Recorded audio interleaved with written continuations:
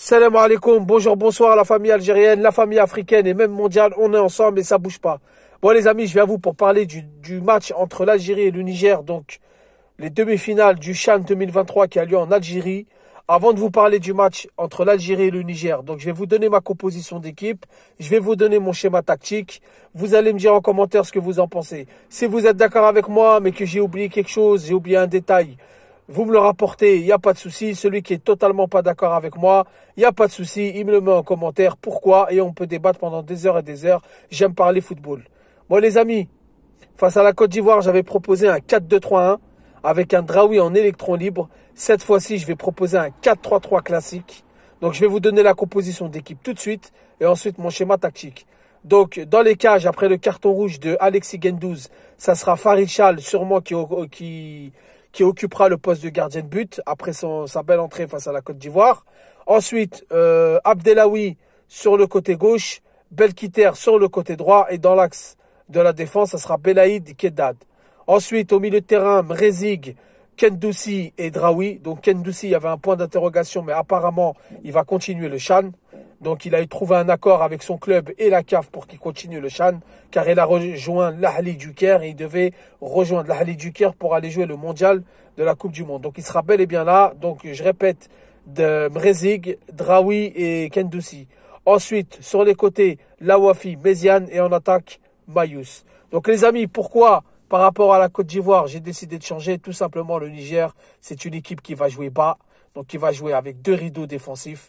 Je pense, à mon avis, qu'ils vont jouer bloc très bas, donc 4 ou 5 défenseurs. Ensuite, le deuxième rideau, ce sera celui du milieu de terrain. Et je pense qu'ils vont bien bloquer les côtés, notamment Méziane. Je pense qu'il y aura un plan anti-Méziane, car c'est un joueur qui a été remuant malgré que face à la Côte d'Ivoire, ça n'a pas trop été ça, mais c'est des joueurs qui ratent un match et pas deux. Donc je pense qu'il y aura un plan sur les côtés, ils vont serrer les côtés. Le premier rideau défensif, il va serrer l'axe. Et donc on aura du mal à trouver Mayous. Donc je propose un milieu de terrain bien densifié. Je propose un milieu de terrain qui fera tourner la balle, car le Niger va nous laisser la balle, va nous laisser la possession, va nous laisser faire le jeu. Donc un milieu de terrain bien dense, qui va faire tourner la balle, qui va faire sortir un petit peu le bloc nigérian, qui va faire sortir les latéraux nigérians qui occuperont l'espace au niveau des côtés. Et je pense que comme ça, on pourra aller trouver Lawafi et Méziane qui pourront eux trouver Mayous en attaque. Petit rappel les amis, le Niger c'est une équipe qui va vite en contre-attaque, qui se mettent beaucoup dans la surface de réparation. Face au Ghana en quart de finale, on a bien vu sur les buts, ils étaient 4 dans la défense.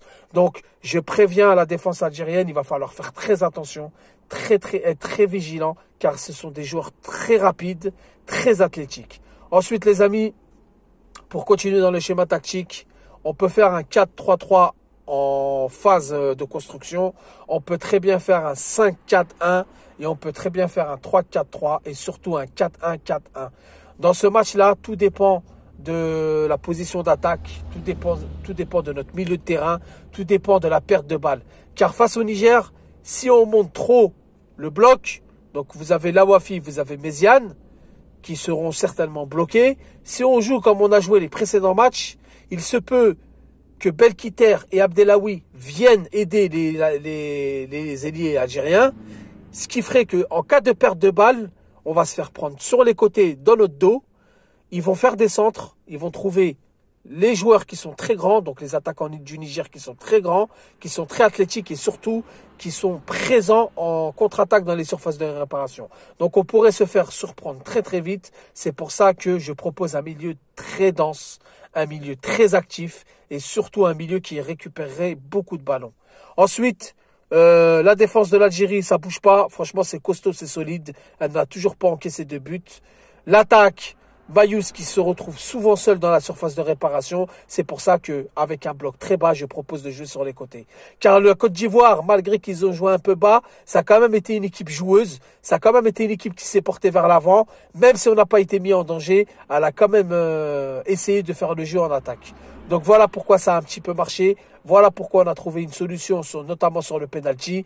Regardez l'action sur le penalty, c'est exactement ce qu'on a fait. On a fait sortir les latéraux de la Côte d'Ivoire, ce qui a permis à l'Algérie de faire une occasion de classe mondiale, il faut le dire, un très bon 1-2 dans la surface de réparation, suivi d'un centre sur Mayous qui a fini par obtenir un penalty.